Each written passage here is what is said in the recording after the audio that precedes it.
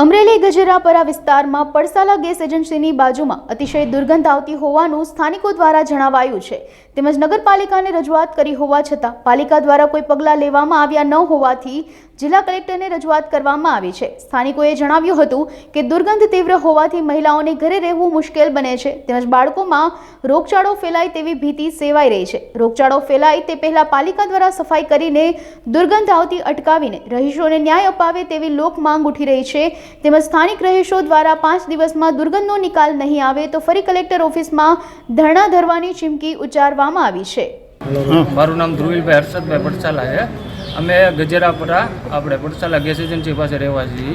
હવે અમારા પરામાં જે છેલ્લા 4-5 વર્ષથી અમે રજૂઆત પણ કરી છે, નગરપાલિકાને રજૂઆત પણ કરેલી છે। દુર્ગંધ એટલી આવે છે કે ઘરે મહિલાઓ રહી શકતા નથી કે બાળકોને આ રોગચાળો ફેલાય અને એવું અમને લાગે છે।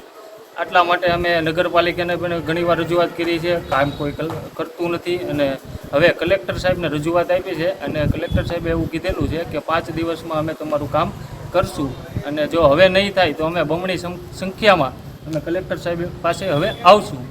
આ અમારો એક છે કે તમે પૂરું કરો, ન્યાય અપાવો અમને।